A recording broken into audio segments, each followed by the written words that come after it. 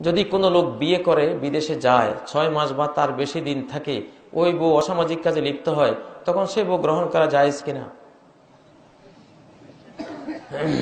যতই একজন মুমিনা, একজন মুসলিমা, সে যদি 30 বছরও তার স্বামী গায়েব থাকে, সে তালাক নিতে পারে, কিন্তু অবৈধ পথে যেতে পারে না।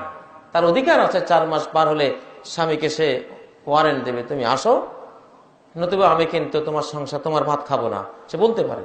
কিন্তু তাই বলে অসামাজিক কাজ করার অধিকার কারো নাই। এটা হলে সে মৃত্যুদণ্ডযোগ্য অপরাধ। ইসলামে বিবাহিতা কোন নারী পুরুষ এই ধরনের অসামাজিক কাজ করা মৃত্যুদণ্ডযোগ্য মহা অপরাধ, মারাত্মক জিনিস।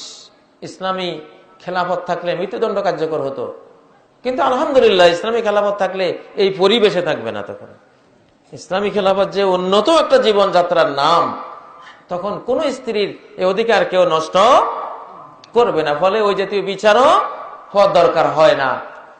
400 বছরে, ইসলামী খেলাফতের 400 বছরে মাত্র 6 জন চোরের হাত কাটতে হয়েছে। 400 বছর।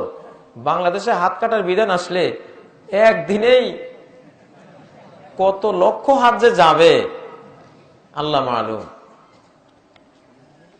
যাই হোক, অসামাজিক কাজে লিপ্ত হওয়ার কোনো সুযোগ নাই। তবে স্বামীদের উচিত এসব ক্ষেত্রে খুব সতর্ক থাকা, যাতে করে স্ত্রীদের নৈতিকতার কোনো অবক্ষয় না হয়। স্বামীও দায়ী থাকবেন, তাই বলে স্ত্রী পার পাবেন না যে স্বামী নাই এই জন্য অন্যায় করেছে। প্রত্যেককে তার অপরাধের শাস্তি পেতে হবে। স্বামীর অবহেলার শাস্তি স্বামী পাবে, স্ত্রীর অনৈতিকতার শাস্তি সে পাবে।